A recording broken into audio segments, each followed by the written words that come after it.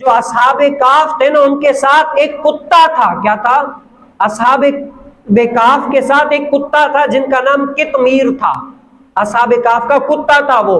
وہ ان اللہ کے ولی کے ساتھ رہا, وہ اس غار میں رہا, اللہ رب العالمین کے ولیوں کے ساتھ صحبت میں رہا. تو جیسے بھی یہ پورا واقعہ ہوا تو اللہ رب العالمین نے اس کتے کا ذکر اپنے قرآن کریم فرقان امین میں ذکر کر دیا.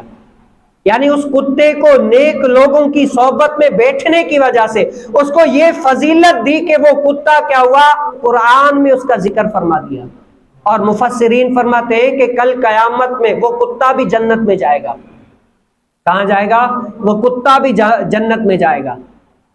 کیسی نصیب پائی ہے بتاؤ. وہ کتا اگر اللہ کے نیک ولیوں کی صحبت میں بیٹھ کر اللہ رب العالمین ان سے اگر راضی ہو جائے تو اپنے قرآن میں اس کتے کا ذکر کر دے اور اس کتے کو جنت میں بھیجے, تو بتاؤ اگر بندے اللہ کے ولیوں کے پاس بیٹھ کر اللہ رب العالمین ان سے راضی ہوگا یا نہیں ہوگا؟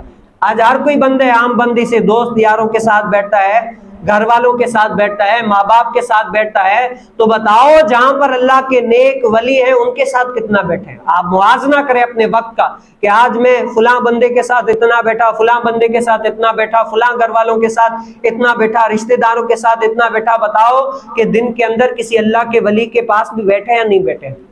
حقیقی طور پر فائدہ تو کہاں ہے؟ جہاں اللہ رب العالمین کے ولی ہو وہاں پر.